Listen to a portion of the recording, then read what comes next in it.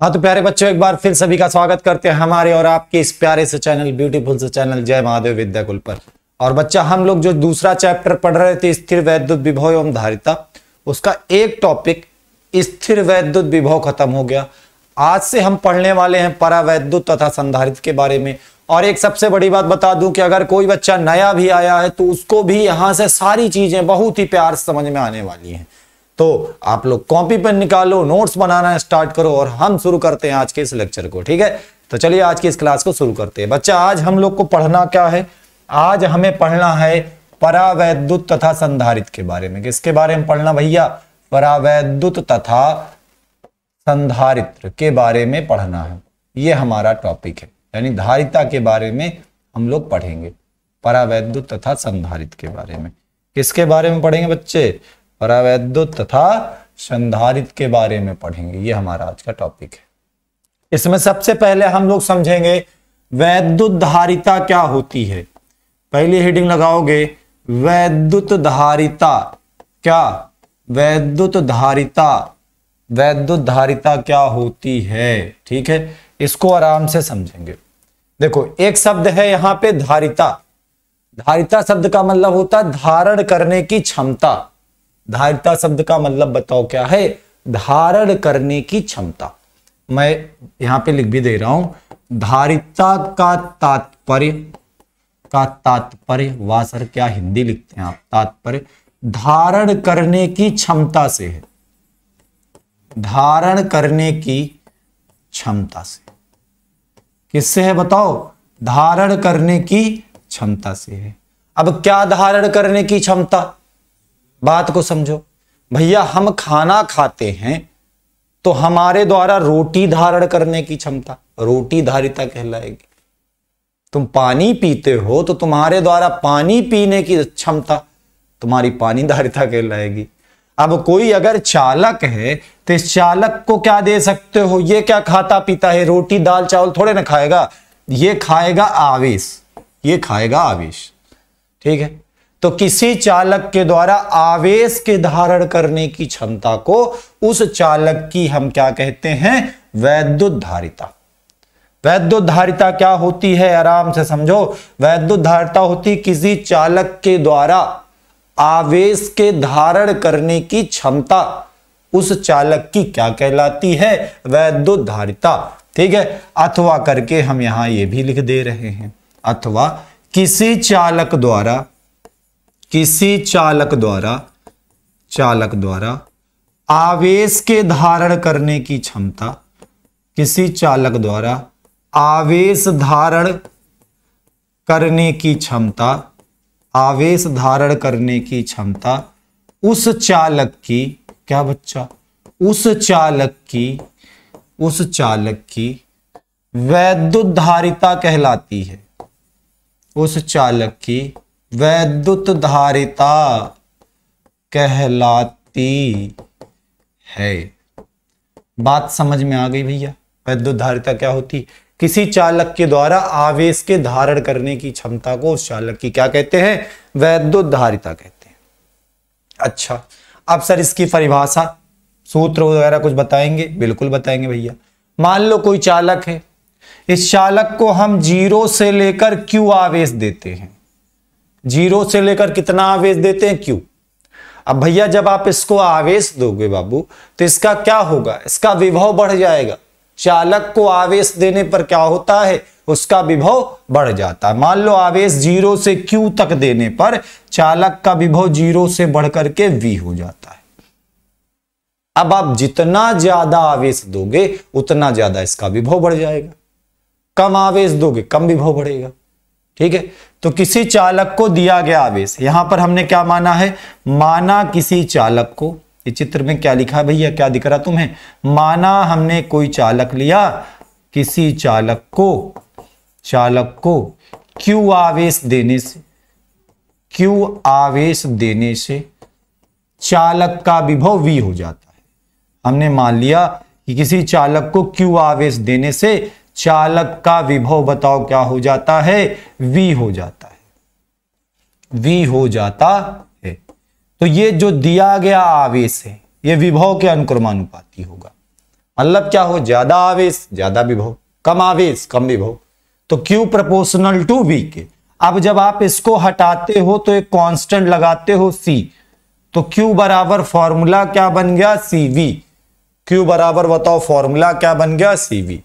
ये यहां पे जो C कांस्टेंट हमने लगाया है, इसी कांस्टेंट को हम चालक की वैद्युत धारिता कहते हैं। जहां C एक नियतांक है, C बताओ क्या है, एक नियतांक है, जिसे जिसे जिसे चालक की विद्युत धारिता कहते हैं। चालक की क्या कहते हैं, विद्युत धारिता कहते हैं, जिसे चालक की विद्युत धारिता कहते हैं। बात समझ में आई? ठीक है, अच्छा सर, नोट करें इसे, फिर आगे बढ़ते हैं। ठीक है, जिसे चालक की क्या कहते हैं, विद्युत धारिता कहते हैं। अच्छा, अगला पॉइंट समझना, हमने फॉर्मूला बताया Q बराबर बताओ क्या, CV। Q बराबर क्या बताया, CV। यहां से थोड़ा सा बताओ C बराबर क्या आ जाएगा बच्चा, Q बाई V। C बराबर क्या आ जाएगा, Q बाई V।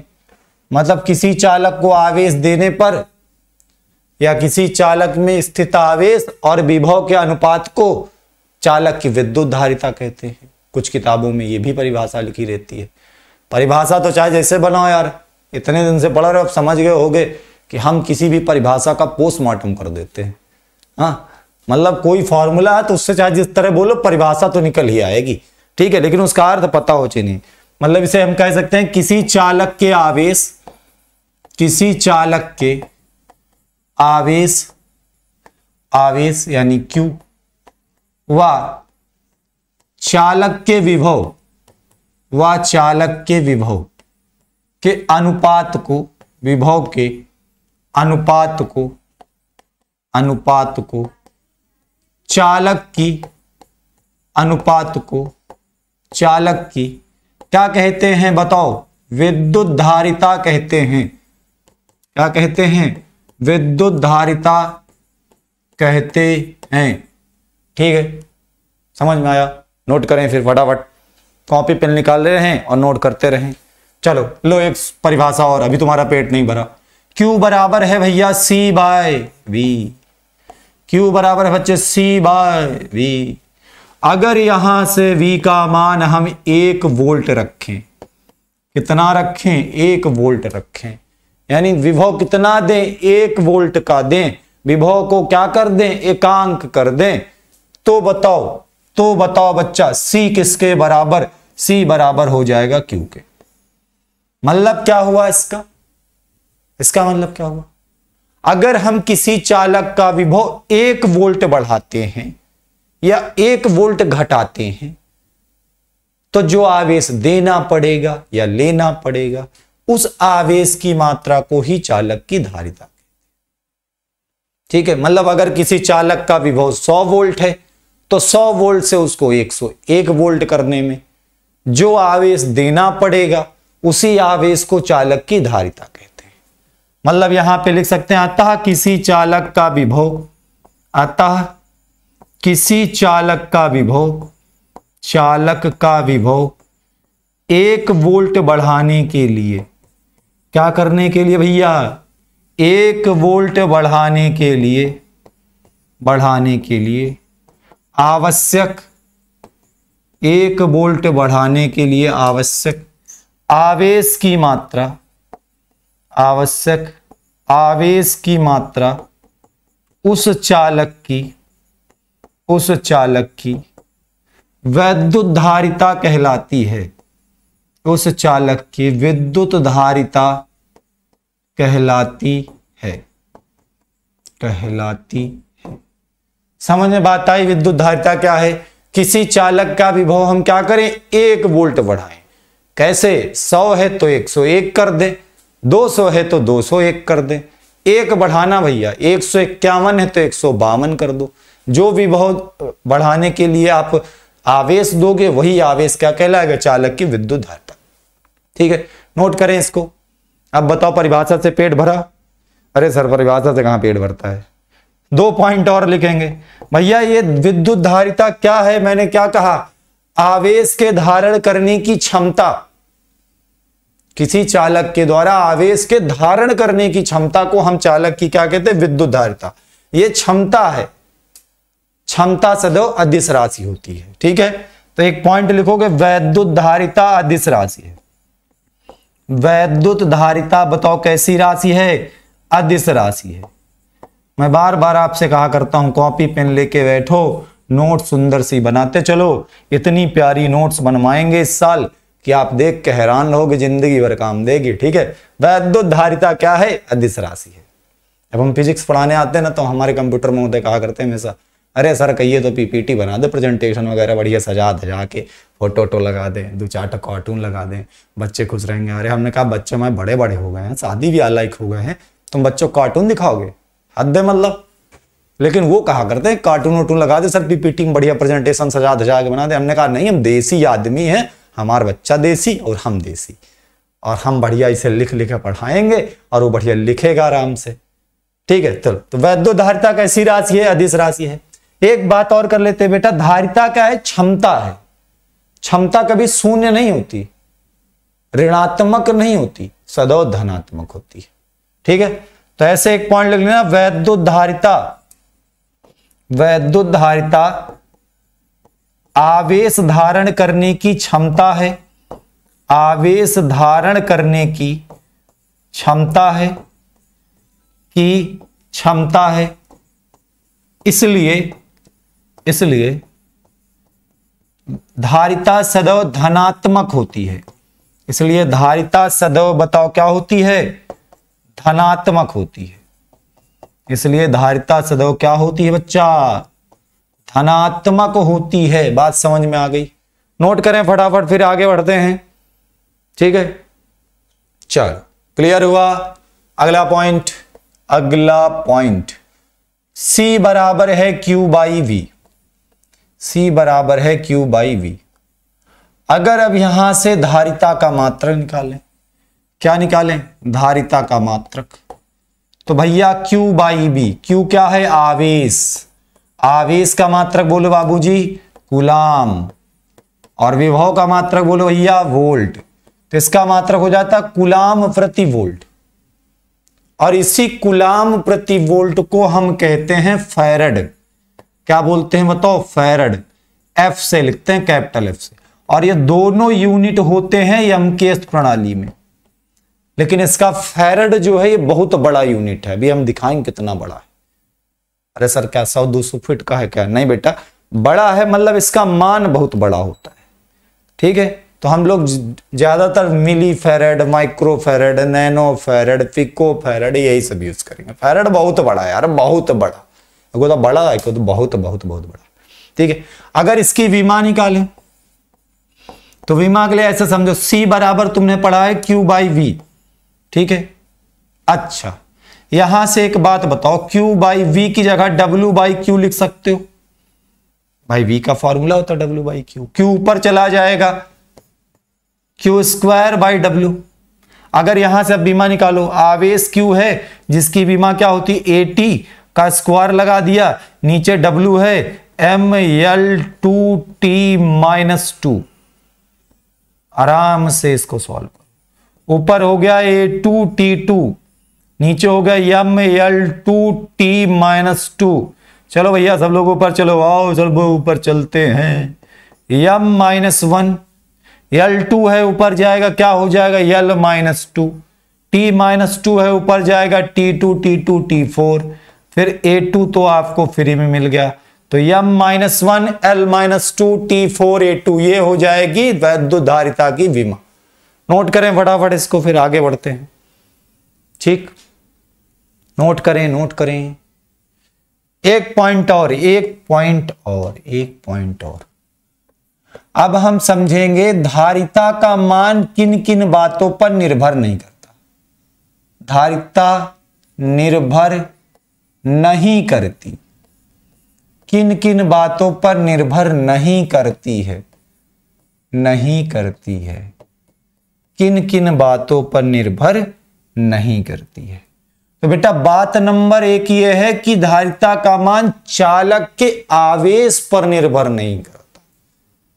दूसरी बात यह है कि धारिता का मान चालक के विभव पर निर्भर नहीं करता, क्योंकि दोनों डायरेक्टली प्रोपोर्शनल। आप आवेश ज्यादा दोगे विभव बढ़ जाएगा, विभव ज्यादा बढ़ाओगे आवेश बढ़ जाएगा। तो ये दोनों साथ जिएंगे साथ मरेंगे, तो कुल मिला के सी का कुछ नहीं कर पाएंगे। ठीक है, तो पहली बात है ये निर्भर नहीं करती चालक के आवेश पर। किस पर निर्भर नहीं करती बताओ? चालक के आवेश पर। दूसरी कौन सी बात है सर? ये निर्भर नहीं करती बेटा चालक के विभव पर। ये 2 पॉइंट तो आपको समझ में आ गए होंगे। कैसे नहीं निर्भर करती, इधर समझ लो। C बराबर है Q बाई V। इसको बढ़ाओगे ये बढ़ जाएगा, इसको घटाओगे ये भी घट जाएगा। मतलब दोनों ना साथ साथ परिवर्तित होते हैं, इसलिए क्या होगा, इन दोनों बातों पर Q पर और V पर धारिता निर्भर नहीं करती। और तीसरी बात है चालक की वैद्युत स्थितिज ऊर्जा पर। अभी इसको हम बाद में समझेंगे, लेकिन अभी याद कर लो। ठीक है, चालक की वैद्युत स्थितिज ऊर्जा पर, वैद्युत स्थितिज ऊर्जा पर भी धारिता निर्भर नहीं करती। इन 3 बातों पर विद्युत धारिता निर्भर नहीं करती है। अच्छा सर, किन किन बातों पर निर्भर करती है? तो अगला पॉइंट हमारे पास है धारिता। धारिता निर्भर करती है किन बातों पर? निर्भर करती है, किन बातों पर निर्भर करती है समझो। तो पहली बात है बेटा ये निर्भर करती है चालक के आकार अथवा आकृति पर। चालक के आकार पर, ये तो भैया बड़ी सिंपल सी बात है। तुम्हारा पेट्टू जो है, पेट्टू मतलब पेट तुम्हारा इत्तू सा है, छोटा सा, अब उसमें 2 रोटी भर लो, खुश रहो आराम से। तुम्हारा पेट नहीं, कमरा है पूरा, इतना बड़ा है, इतना बड़ा पेट है, हाँ? और तुम भर लो ठूस ठूस के 80-85 रोटी, कौन सी दिक्कत है? आकार बड़ा होगा, धारण करने की क्षमता ज्यादा होगी। बस छोटे से पेट में 2 रोटी भर गई, फुल हो गया पेट, आराम से खा पी का सर भर गया पेट। लेकिन अगर मान लो तुम्हारा पेट इतने के बजाय इतना सा है, तो क्या करोगे? 80-85 रोटी ऐसे ठूस ठूस के भर लो। ठीक है, तो आकार पे निर्भर करती है। मतलब सीधी सी बात है, चालक का आकार बड़ा होगा तो आवेश ज्यादा दे लोगे भाई, आकार छोटा होगा कम आवेश दोगे। अच्छा, दूसरी बात किस पर निर्भर करती है सर धारिता? दूसरी बात यह है चालक के माध्यम पर। चालक के माध्यम पर, यानी किस माध्यम में चालक रखा हुआ है। भाई अभी तुम खुद सोचो कि तुमको कह दिया जाए कि बढ़िया एसी चला के कमरा में आराम से खाना खाओ, तो हो सकता है तुम 37-38 रोटी खा डालो। कुछ होंगे जो 37-38 खाते होंगे, 37-38 रोटी खा डालो। और तुमको कह दिया जाए छत में जाके धूप में बैठ के खाओ, 2 रोटी खाओगे चले आओगे, अरे सर बहुत गर्मी है, क्योंकि आसपास का माध्यम, अभी हम फॉर्मूले से भी दिखाएंगे, लेकिन अभी समझने के लिए चीजों को अपने डेली लाइफ से जोड़ लो। चालक के आसपास के माध्यम पर निर्भर करती है धारिता। तीसरी क्या चीज है? तीसरी चीज है बेटा चालक के समीप। अगर हम चालक के समीप कोई दूसरा चालक रख देने पर, कोई दूसरा चालक रखने पर, कोई दूसरा चालक रखने पर धारिता निर्भर करती है। तो इन 3 बातों पर निर्भर नहीं करती है और इन 3 बातों पर निर्भर करती है। नोट करें फटाफट, फिर आगे बढ़ते हैं। हो गया सबका? आगे बढ़ें? बिल्कुल बढ़ें सर। अगली हेडिंग लगाओ कि किसी विलगित गोली चालक की धारिता। हेडिंग है बच्चा क्या?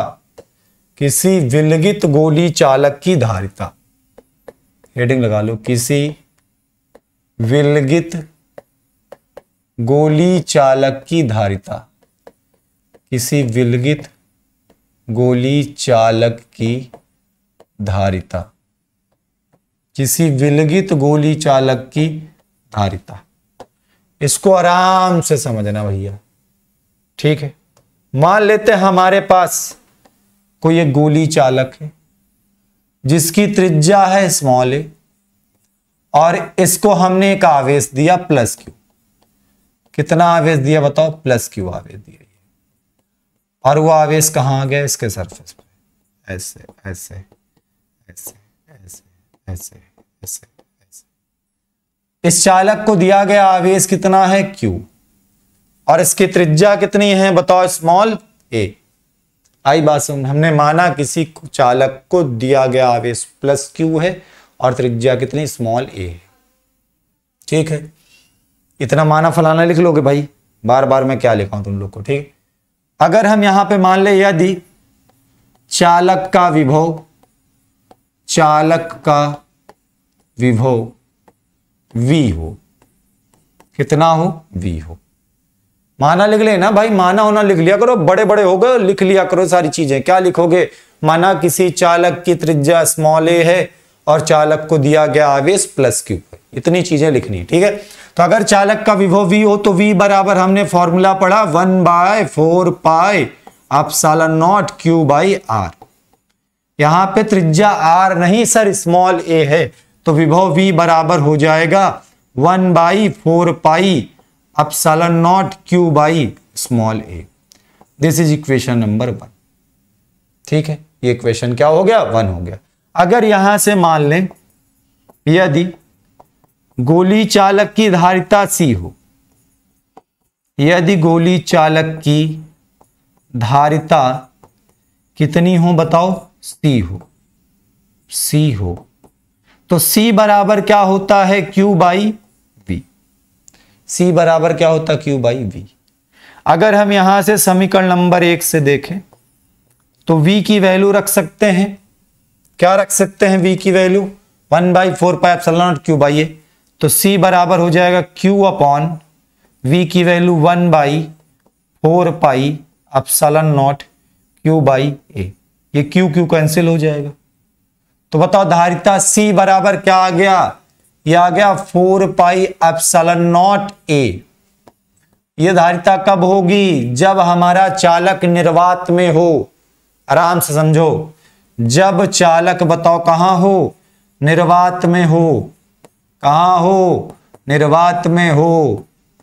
तो बताओ C बराबर आ गया कितना 4 पाई एप्सिलॉन नॉट A।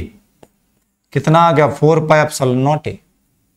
और अगर हम इसे किसी माध्यम में रख देते, मिट्टी के तेल में डुबा कर रख दें, आजकल सर मिलता नहीं, बंद हो गया जब चालक किसी माध्यम में हो, क्या हो, किसी माध्यम में हो, तो अगर बच्चा ये किसी माध्यम में होगा तो C बराबर हो जाएगा 4 पाई एप्सिलॉन नॉट KA। के क्या है, माध्यम का परावैद्युतांक। इस फॉर्मूले को थोड़ा गौर से देखो, गौर से देखो इनको। C निर्भर करता है K पर। मैंने आपसे कहा था ना चालक के आसपास के माध्यम पर। भाई अलग अलग माध्यम के लिए परावैद्युतांक अलग अलग होगा। निर्वात के लिए 1 होता है, किसी और माध्यम के लिए कुछ और होता है, किसी और के लिए कुछ और होता है। तो अलग अलग माध्यम के लिए K बदलेगा, और जब K बदल जाएगा तो C भी बदल जाएगा। C is the directly proportional to धारिता हो, चालक की त्रिज्या स्मॉल है। हमने आपसे बताया था आकार पर निर्भर करता है। त्रिज्या ज्यादा होगी, आकार बड़ा होगा, धारिता ज्यादा होगी। त्रिज्या छोटी होगी, आकार छोटा होगा, धारिता छोटी हो जाएगी, कम होगी। मतलब बात समझ में आई। नोट करें इस फॉर्मूले को, फिर आगे बढ़ते हैं। नोट करते रहें, छापते रहें। ठीक है, किन किन बातों पर निर्भर करता है धारिता का मान, चालक के आसपास के माध्यम पर, और दूसरी चीज चालक के आकार पर या चालक की त्रिज्या पर। ठीक है, चलो क्लियर हुआ इतनी चीजें। अच्छा सर, अगली हेडिंग लगाओगे, दो चालकों की धारिता की तुलना।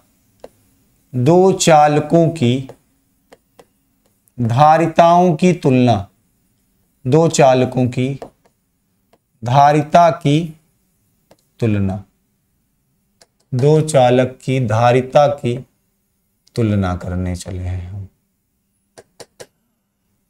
बोर्ड को कभी कभी चक्कर आने लगता है, इसको क्या लगता है, चक्कर आने लगता है। बेचारा बहुत बूढ़ा हो गया है, शादी ब्याह किया नहीं है, अकेले रहा जिंदगी भर केवल बच्चों को पढ़ाने के चक्कर में। क्या होगा इसका। दो चालकों की धारिताओं की तुलना करने चले हैं हम। मान लो बच्चा यहां पर कोई चालक है, कोई चालक है, जिसकी त्रिज्या है A1, जिसकी त्रिज्या बताओ कितनी है, A1 है। अगर इसकी त्रिज्या A1 है तो इसकी धारिता C1 बराबर हो जाएगा 4 पाई एप्सिलॉन नॉट A1। ये मानो समीकरण नंबर 1। मान लो कोई चालक है जिसकी त्रिज्या A1 है तो धारिता C1 बराबर हो जाएगा 4 पाई एप्सिलॉन नॉट A1। दूसरा कोई चालक और है जिसकी त्रिज्या मान लो है A2, जिसकी त्रिज्या क्या है A2, तो इसकी धारिता C2 बराबर हो जाएगा 4 पाई एप्सिलॉन नॉट A2। ये समीकरण नंबर 2। अगर हम इन दोनों समीकरणों को डिवाइड कर दें, मतलब मेरे कहने का यह है समीकरण नंबर 1/2 से, तो C1 अपॉन क्या मिल जाएगा, C2 बराबर 4 pi epsilon not A1 divide by 4 pi epsilon not A2। ये दोनों बर्बाद हो गए। हमें मिला C1 बाय C2 बराबर A1 बाय A2। मतलब दो चालकों की धारिताओं का अनुपात उनकी त्रिज्या के अनुपात के बराबर होता है। अगर मान लो हम कहें किसी चालक की त्रिज्या इस चालक से दुगनी है, इस चालक से, हमारे पास एक चालक है, भैया सोचा करो, थोड़ा सा कल्पना कर लिया करो यार। हमारे पास एक कोई चालक है, किसी चालक की त्रिज्या इस चालक से दुगनी है तो उसकी धारिता भी इससे क्या होगी, दुगनी होगी। ठीक है, मतलब किसी चालक, दो चालकों के बीच धारिताओं का जो अनुपात होता है वो त्रिज्या के अनुपात के बराबर होता है। जिस अनुपात में उनकी त्रिज्याएं होंगी उसी अनुपात में उनकी धारिता होगी। ठीक, अगला पॉइंट।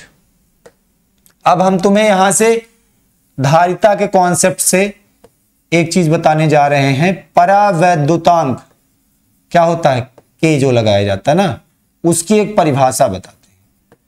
परावैद्युतांक की परिभाषा क्या लिखोगे हेडिंग बेटा, परावैद्युतांक की परिभाषा। क्या परिभाषा बनेगी समझो सर, परावैद्युतांक की क्या परिभाषा बनेगी।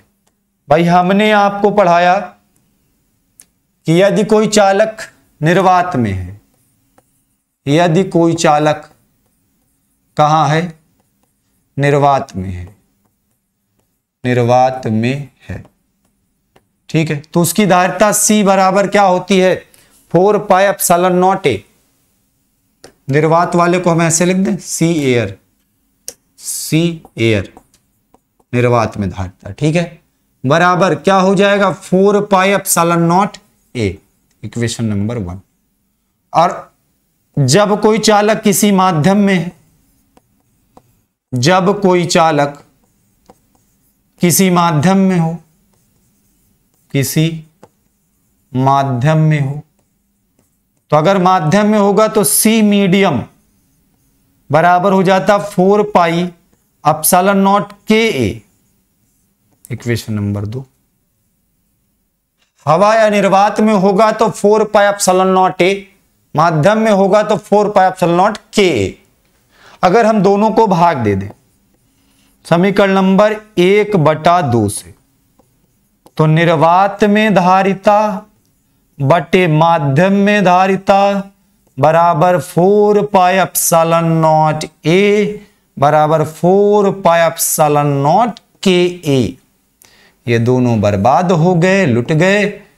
अगर यहां से K को इधर ले लें तो K बराबर हो जाएगा C मीडियम अपॉन में C एयर। मतलब किसी चालक के लिए निर्वात की धारिता और उसी चालक की माध्यम में धारिता के अनुपात को हम उस माध्यम का परावैद्युतांक कहते हैं। क्या परिभाषा बन जाएगी बच्चा, किसी चालक की निर्वात में धारिता और उसी चालक की माध्यम में धारिता के अनुपात को उस माध्यम का परावैद्युतांक कहते हैं। लिख सकते हैं अतः किसी चालक की निर्वात में धारिता, कहां पर धारिता बताओ, निर्वात में धारिता व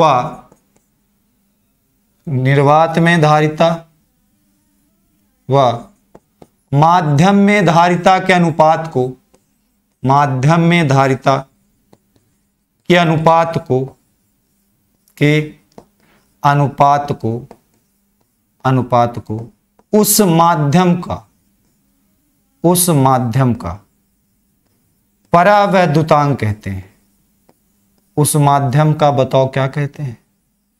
परावैद्युतांक कहते हैं। तो परावैद्युतांक की परिभाषा क्या हो गई? माध्यम में धारिता बटे निर्वात में धारिता। उल्टा लिख दिया क्या सर? वाह वाह सर, गजब कर दिया आपने। किसी चालक की माध्यम में धारिता व निर्वात में धारिता के अनुपात को उल्टा लिख दिया था बच्चा। माध्यम में धारिता बटे निर्वात में धारिता के अनुपात को उस माध्यम का क्या कहते हैं? परावैद्युतांक कहते हैं। ठीक है, अच्छा हो गया सर, आगे बढ़ें। हो गया ना सबका? अगली हेडिंग, अगर हम अपने धरती मैया की धारिता निकालें, हम पृथ्वी की धारिता निकालें, पृथ्वी की धारिता, तो बेटा पृथ्वी की धारिता क्या होगी इसको समझो थोड़ा। ठीक, देखो आपको बताएं कि जो हमारी धरती माता है, धरती हमारी माता है भाई, धरती माता है, गाय माता है, सब माता ही है। नवरात्रि चल रही थी और माता है। ठीक है, आपको पता होना चाहिए इनका विभव शून्य होता है। विभव क्या होता है? विभव इनका शून्य होता है। अच्छा सर, अगर विभव शून्य है तो धारिता C का सूत्र क्या होता है? धारिता C का सूत्र होता है Q बाई V, और Q बाई V का मान आप 0 रख दोगे तो पृथ्वी की धारिता क्या हो जाएगी? अनंत। पृथ्वी की धारिता क्या हो जाएगी? अनंत। मतलब पृथ्वी माता को चाहे जितना आवेश दे दो, ये धारण करके बैठ जाएंगे, खा पी के बैठ जाएंगे। आई बात समझ में? धरती की धारिता, क्या कहना, सेंटेंस कितना प्यारा बनना, धरती ना बोलो इसको। पृथ्वी की धारिता क्या होती है? अनंत होती है। विभव क्या होता है? 0 होता है। कितना भी बड़ा आवेश हो, अर्थ से कनेक्ट करोगे 0 हो जाएगा, क्योंकि इनके धारण करने की क्षमता क्या है? अनंत है। अभी तुम्हारी धारिता, रोटी खाने की धारिता अनंत हो जाए, संसार खाना खा के बैठ जाओगे, संसार में खाना कम पड़ जाएगा, बस तुम्हारा पेट नहीं भरेगा। भगवान न करे ऐसा हो कभी, तुम फिर धरती माता के लिए क्या, पूरे पृथ्वी लोग के लिए बोझ हो जाओगे। अच्छा चलो, एक बात और समझो, अगर हम पृथ्वी की धारिता एक चालक मान के निकालें, मतलब पृथ्वी के आकार का कोई एक गोला मान के चलें और उसकी धारिता निकालें। अब हम निकालने जा रहे हैं पृथ्वी की धारिता, पृथ्वी की धारिता जब पृथ्वी गोली चालक हो। पृथ्वी बताओ क्या हो? गोली चालक हो। पृथ्वी क्या हो? पृथ्वी गोली चालक हो। यानी पृथ्वी के आकार का अगर हम गोली चालक ले लें, ठीक है, तो उसकी धारिता क्या होगी ये समझने चले। ठीक, पृथ्वी की धारिता जब पृथ्वी एक क्या हो? गोली चालक। तो आपको पता है पृथ्वी हमारी माता है, हमको कुछ नहीं आता है। पृथ्वी के पास त्रिज्या होती है, कितनी होती है पृथ्वी की त्रिज्या? 6.4 10 की पावर 6 मीटर। क्या होती है? 6.4 10 की पावर 6, 6400 किलोमीटर होती है पृथ्वी की धारिता, सॉरी पृथ्वी की त्रिज्या। बच्चा C बराबर हमने पढ़ाया 4 पाई एप्सिलॉन नॉट A। यहां A नहीं, यहां पृथ्वी की त्रिज्या रखेंगे 4 pi epsilon not RE। 4 pi epsilon not की वैल्यू क्या होती है भाई? हमने पढ़ाया था 1/4 पाई एप्सिलॉन नॉट की वैल्यू 9 × 10 टू पावर 9। तो यहां से 4 पाई एप्सिलॉन नॉट की अगर वैल्यू तुम निकालो, ये उधर चला जाएगा, ये बटे में चला आएगा, बराबर हो जाएगा 9 × 10 की पावर सॉरी इसकी वैल्यू हो जाएगी 1/9 × 10 टू पावर 9। क्या हो जाएगी? 1/9 × 10 टू पावर। ठीक, तो 4 पाई एप्सिलॉन नॉट की वैल्यू हो गई 1/9 × 10 टू पावर 9, और त्रिज्या RE बताओ कितना है? 6.4 10 की पावर कितना? 6।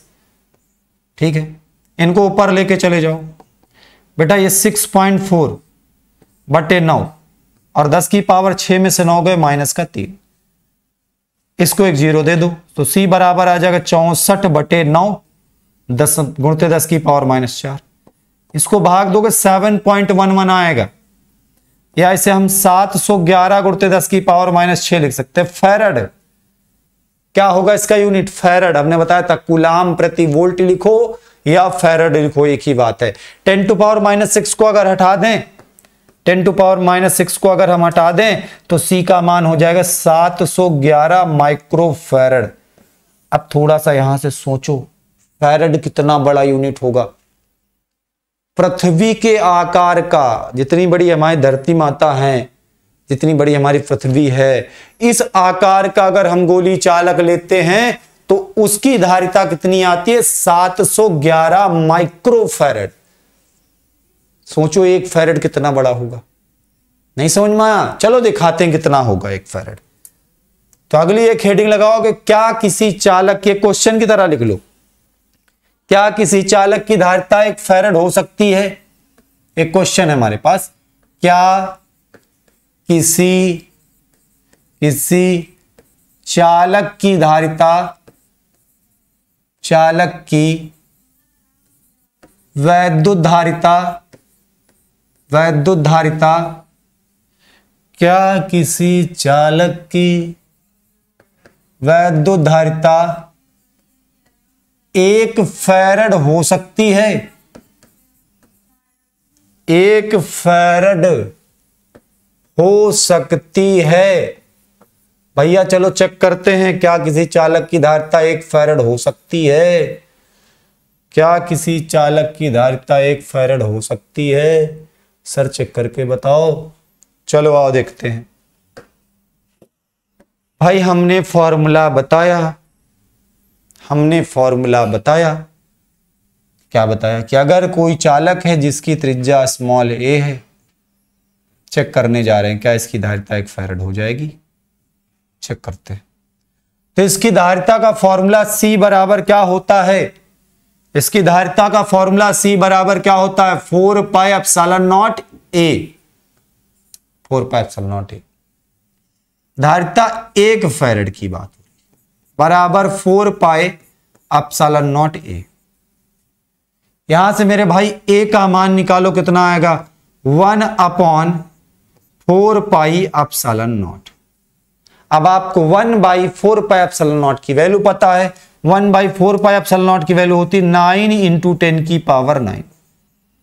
त्रिज्या है तो किस में आई है बताओ? ये मीटर में आई है।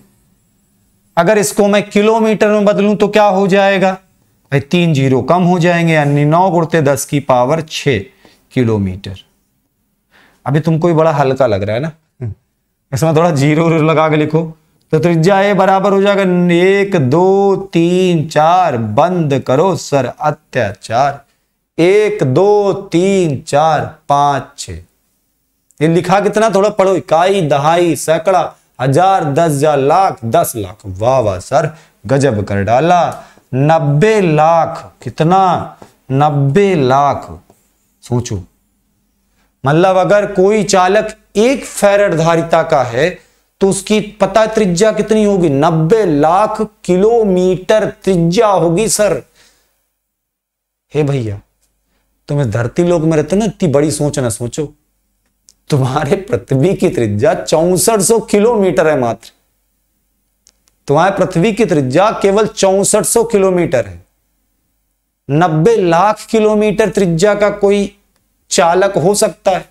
असंभव, असंभव, असंभव, नहीं हो सकता। जो कि बताओ क्या है? असंभव है। जो कि क्या है? असंभव है। समझ गए एक फैरड की औकात? एक फैरड बहुत बड़ा मात्रक होता है धारिता का।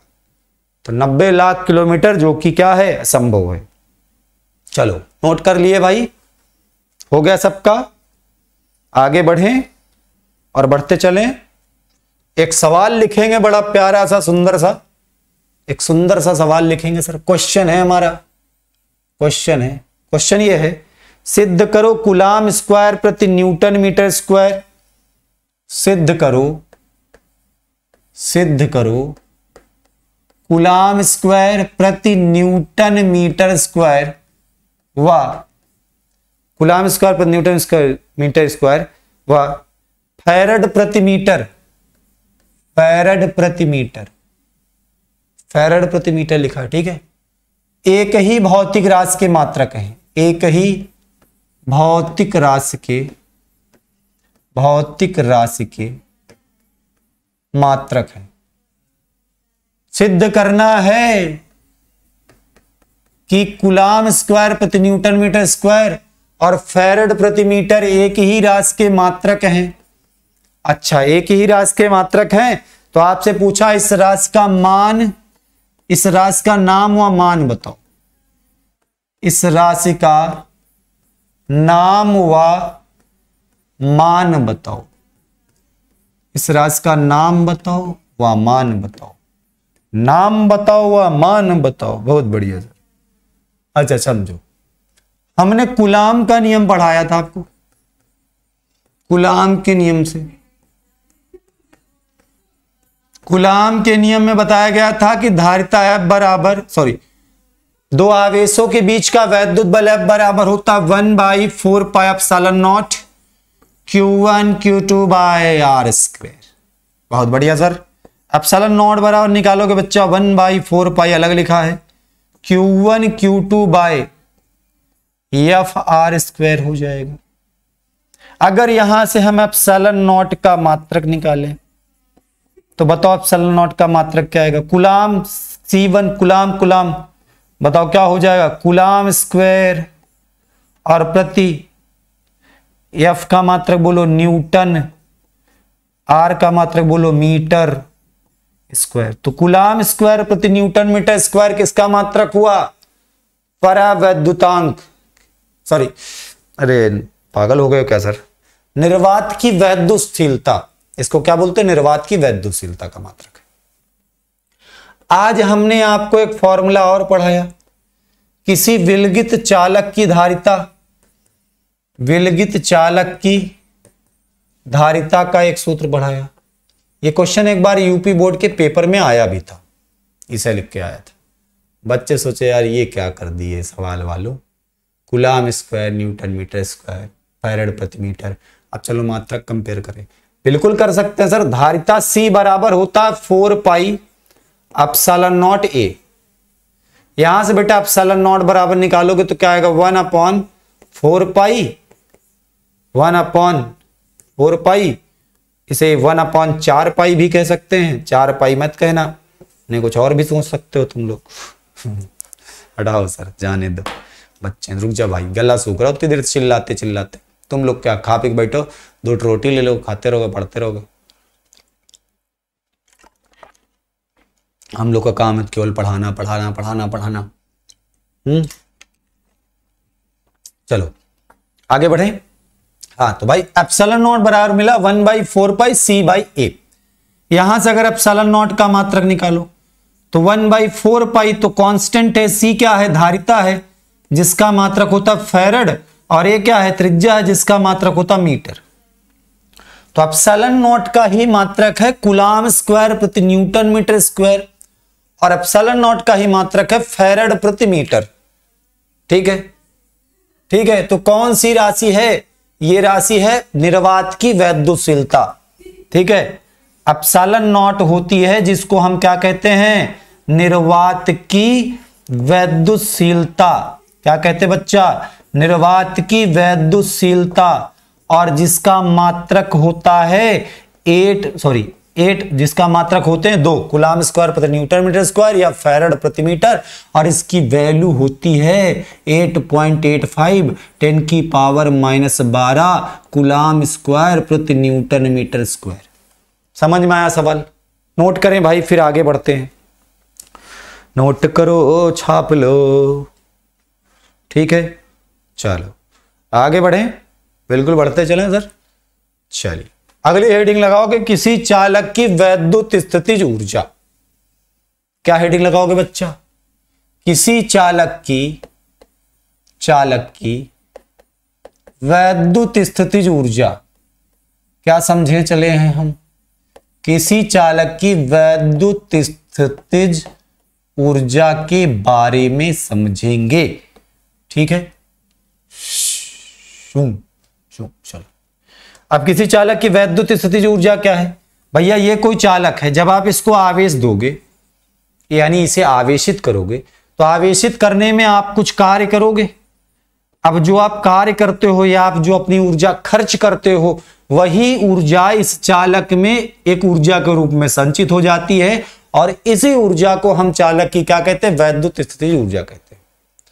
मतलब वैद्युत स्थितिज ऊर्जा को हम इस तरह से डिफाइन कर सकते हैं, किसी चालक को आवेशित करने में, क्या करने में, आवेशित करने में जो कार्य करना पड़ता है, उसी का वही कार्य चालक में ऊर्जा के रूप में संचित हो जाता है, और इसी ऊर्जा को हम चालक की वैद्युत स्थितिज ऊर्जा कहते हैं। नहीं समझे? ऐसे लिख सकते हैं, किसी चालक को क्या लिख सकते हैं भैया, किसी चालक को आवेशित करने में, आवेशित करने में, आवेशित करने में, किसी चालक को आवेशित करने में जो कार्य करना पड़ता है, जो कार्य करना पड़ता है, वही कार्य, वही कार्य, वही कार्य चालक में, चालक में ऊर्जा के रूप में संचित हो जाता है। वही कार्य चालक में ऊर्जा के रूप में संचित हो जाता है, संचित हो जाता है। इसी ऊर्जा को, इसी ऊर्जा को चालक की, इसी ऊर्जा को चालक की क्या कहते हैं, वैद्युत स्थितिज ऊर्जा कहते हैं। इसी ऊर्जा को चालक की क्या कहते हैं, वैद्युत स्थितिज ऊर्जा कहते हैं। बोले वृंदावन बिहारी लाल की जय। ऐसे ना बदल रखा, ठीक है। अच्छा, अब बाकी वही सारी चीजें हैं। वैद्युत स्थितिज ऊर्जा क्या, कैसी राशि है, अदिश राशि है। सारे पॉइंट लिख लिया करो, सब फ्री में है। अदिश राशि है, जैसे दुकान में सामान लेने जाओ तो दुकानदार के पास 1 रुपया नहीं रहता, तो क्या करता है, तुम लोग को 1-2 टॉफी थमा देता है, ठीक है, और कहता है भाई 1 रुपये की टॉफी ले लो। तो इसी तरह जब कोई परिभाषा पढ़ो, ठीक है, तो ये सारे पॉइंट जो मैं लिख रहा हूँ ये टॉफी के रूप में लो, इसे यू से प्रदर्शित करते हैं। ये अदिश राशि है, इसका मात्रक कंपट भी दे देते हैं। ऊर्जा है भाई, इसका मात्रक क्या होगा, इसके मात्रक 2 होंगे सर। जूल में नाप लो, एमकेएस में नापने का मन हो तो, अर्ग में नाप लो, सीजिस में नापने का मन हो तो। और एक मात्रक और अभी कल परसों पढ़ाए थे, इलेक्ट्रॉन वोल्ट।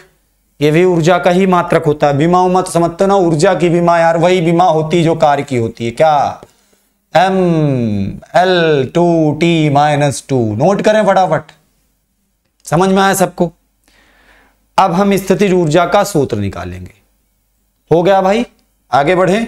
चलिए अगली हेडिंग लगाओगे, वैद्युत स्थितिज ऊर्जा का सूत्र। वैद्युत स्थितिज ऊर्जा का सूत्र। वैद्युत स्थितिज ऊर्जा का क्या निकालने चले हैं, सूत्र निकालने चले हैं। सर क्या होगा ये समझो आराम से। किसी चालक की वैद्युत स्थितिज ऊर्जा का क्या निकालेंगे, सूत्र निकालेंगे। मान लो बेटा कोई चालक है जिसको आप 0 से लेकर के Q तक आवेश देते हो, जिसके कारण इसका विभव 0 से बढ़कर V हो जाता है। हमने माना कोई चालक जिसको 0 से Q तक आवेश देने पर चालक का विभव 0 से बढ़कर के क्या हो जाता है, V हो जाता है। लिख देते हैं आपकी बार, माना होना हम भी। माना दिख रहा है भाई यहां पर, माना किसी चालक को 0 से Q तक आवेश देने में, 0 से Q तक आवेश देने पर चालक का विभव 0 से V हो जाता है। 0 से V हो जाता है। हमें क्या निकालना है, विद्युत स्थितिज ऊर्जा का सूत्र। क्या है विद्युत स्थितिज ऊर्जा, भाई आवेश दिए हो, जो कार्य किए होगे वही क्या हो जाएगी, ऊर्जा में संचित हो जाएगा। आपको कुल मिला के आवेश देने के लिए किया गया कार्य ज्ञात करना है। अच्छा, पहले इसका विभव क्या था, 0। हमने आवेश दिया तो क्या हो गया, V। अगर हम इन दोनों विभवों से इस चालक का औसत विभव निकालें, क्या निकालें, औसत विभव। आराम समझ रहे हैं, इस फॉर्मूले को हम 2 तरीके से बताएंगे। पहले ये वाला तरीका समझो, औसत विभव। औसत क्या होता है दो संख्याओं का, दोनों का योग और बटे में 2, तो क्या हो जाएगा v/2 हो जाएगा, औसत विभव v/q। ठीक है, अब यहां से अगर आवेश देने में किया गया कार्य निकाले, आवेश देने के लिए किया गया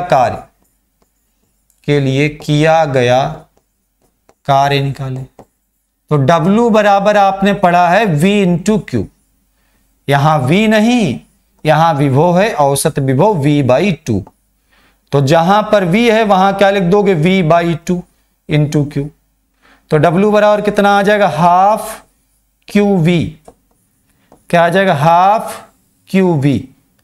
और ये जो कार्य हमने किया है यही कार्य चालक में ऊर्जा के रूप में संचित हो जाता है, और इसी ऊर्जा को हम क्या कहते हैं, चालक की वैद्युत स्थितिज ऊर्जा।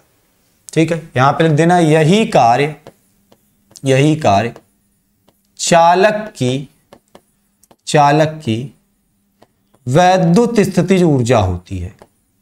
क्या है बच्चा, यही कार्य चालक की वैद्युत स्थितिज ऊर्जा होती है। अगर ये वैद्युत स्थितिज ऊर्जा है तो इसको किससे लिखेंगे, यू से, बराबर में क्या आया हाफ QV, वैद्युत स्थितिज ऊर्जा का फॉर्मूला बन गया हाफ QV। ठीक, अच्छा थोड़ा सा और इसको यूज आगे बढ़ाते हैं।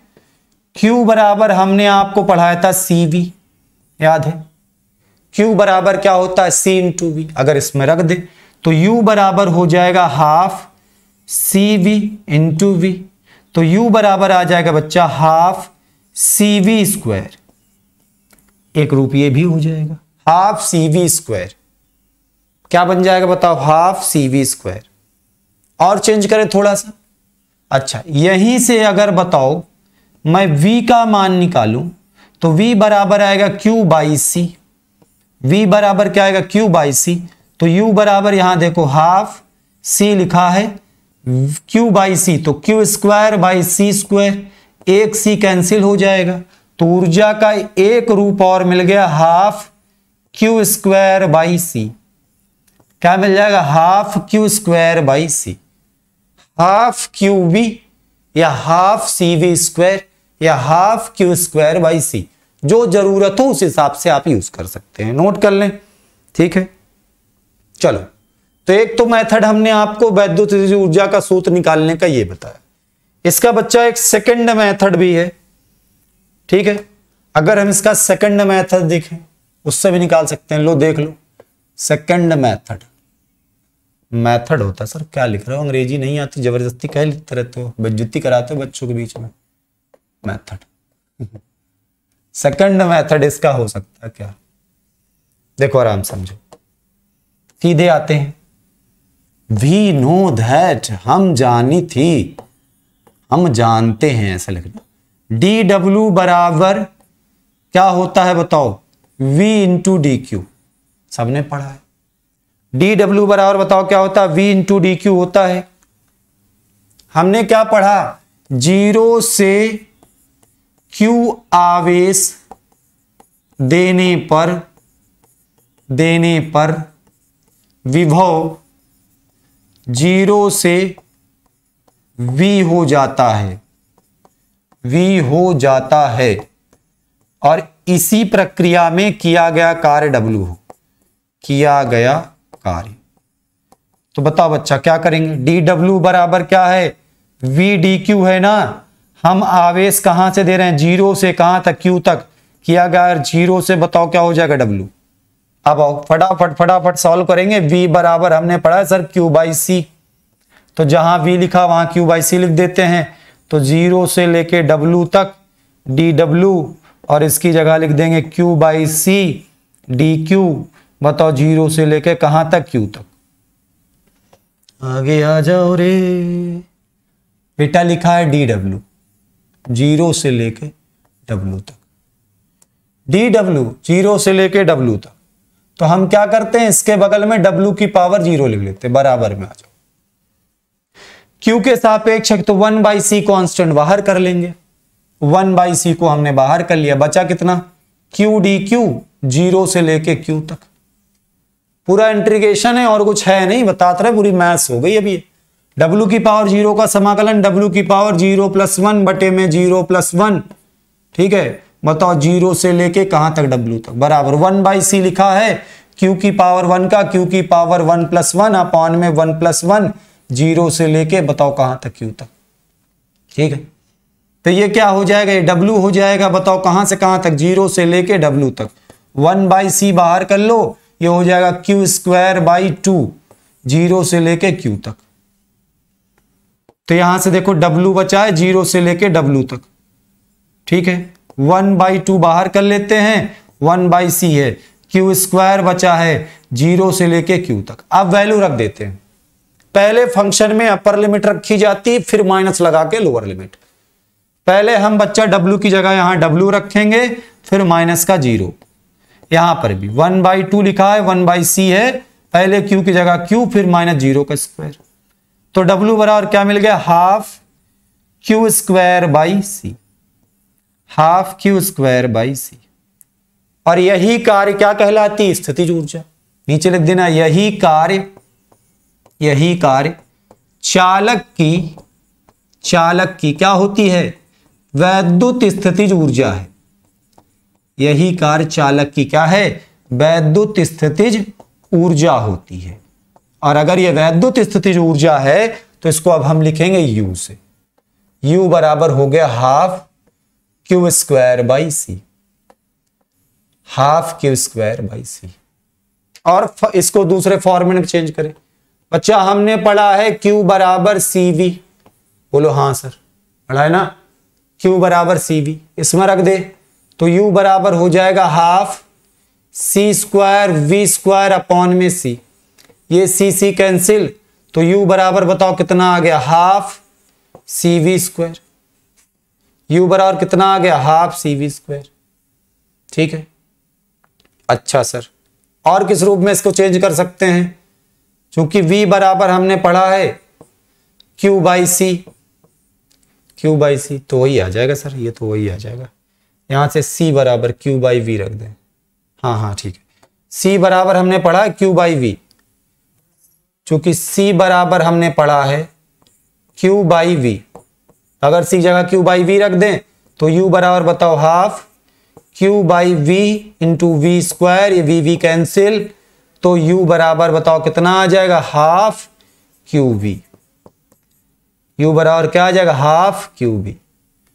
ज़ूम ज़ूम ज़ूम ज़ूम, ये लो 3 फॉर्मूला बन गए। ऐसे भी तो तुम्हारा मन हो जैसे निकालो वैसे आएंगे यही भैया, ठीक है। नोट कर लें, फिर आगे बढ़ते हैं।